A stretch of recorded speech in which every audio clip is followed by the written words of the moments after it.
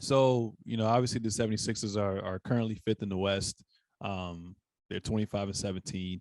Joel Embiid is arguably another top MVP candidate, Yeah, and for basically sure. picking up where he left off at from last year as well too. He's so dominant. A lot of people kind of been arguing, man, like Embiid's track record, man. He's in the Yeah, prime right now. Like we can't let his talents kind of go to waste as well too, knowing that yeah, he could potentially break down faster than other players as well too, given yeah, his track record. yeah, So the media asked him, and essentially he kind of said that there's no sense of urgency to change the surging 76ers because they've been playing so well as of late. But we all know that when it comes down to it, they're going to match up for you in the playoffs as well too. You're going yeah. to need those, not even those role players, but that other star to kind of take that load off of you right now as well too. Do you think he's kind of delusional right now with what he's saying, or he's just kind of saying the politically correct thing Yeah. and kind of doesn't want to, throw shade at Ben Simmons? I mean, because they are playing well, Yeah, but at the same time, the but they're playoffs is a not gonna different win. animal. Yeah, And yeah, if yeah. anyone knows that's Joel Embiid, who's come up short these past couple of years as well too. Yeah, they're not gonna win without another player. I'm gonna tell you straight up. Joel can say whatever you want to say. If they don't get another star, them boys might be first round exits. So um, I think Joel Embiid recognizes that the organization behind the scene is trying to do their due diligence to get the value that they think they should get for a player like Ben Simmons. But you got deadlines and you got players that want to win now. Like the process wasn't supposed to take 30 years, it's supposed to take 4 years, to win a ring. And it's taking longer than expected. So I think, like you mentioned, he's also a big man. Like big man with his track record of injuries, you got to be extremely careful. So he's averaging 31 points with double rebounds. Like he's playing at an all world level. Mhm. And he just needs another guy to kind of in the playoffs take the load off his back and really help that team take it to the next level.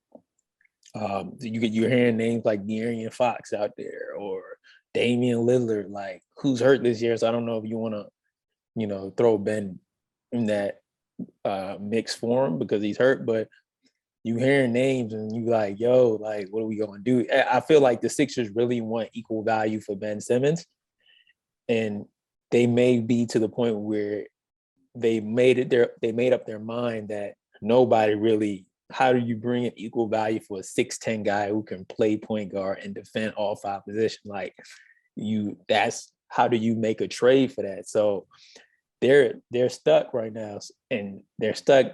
But their best player is like, yo, we need to win now. Like it's probably what he's saying behind the scenes, and the organization's like, yo, I hear you, but we're trying to maximize our assets right now. So it's going to be interesting.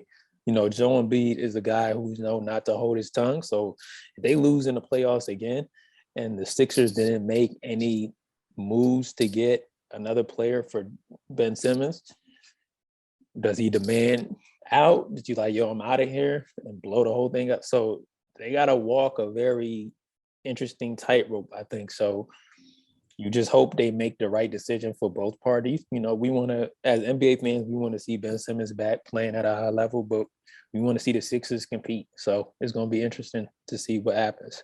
Yeah, it's gonna be very interesting. It's just kind of selfish on. I know you're saying they're playing the waiting game and trying to figure out like who they can milk the most out of to kind of get that asset that they're kind of looking for back. But at the same time, it's just like Yeah. you got to trade him now. Like it's evident that he's never going to play again as well too. So why are you prolonging this as well too?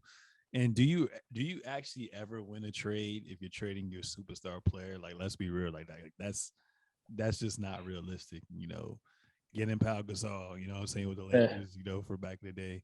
I mean, I guess you can say DeMar for Kawhi Leonard, but Kawhi Leonard was already proven as a champion and a Finals MVP as well too. Even the James I Harden mean, trade. I mean, the Rockets ended up getting their draft pick that they wanted as well too, but Levert wasn't there long term. Allen was in a 2-team trade, so I feel like there's a lot of things to kind of take into account as well too. But I mean, obviously, for them to win a championship, in my opinion, we talked about De'Aaron Fox. De'Aaron Fox is one of those guys who's putting up numbers, but because he's in a shitty organization, and a market that's not too popular, no one really gives him his flowers like that as well too. I mean, that would be great. I was also thinking, I mean, with a package with the draft picks with Brogdon and Levert kind of work with Embiid as well too, but I feel like they still don't get you over the hump.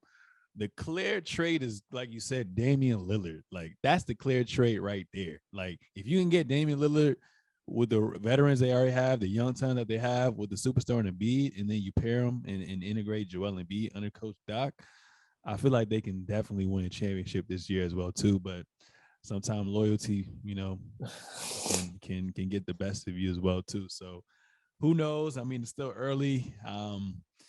Trade deadline not till February the 10th, so we got a little less than a month to go, but it's going to be interesting not only to see what the 76ers decide to do, but what the rest of the league decides to do as well too.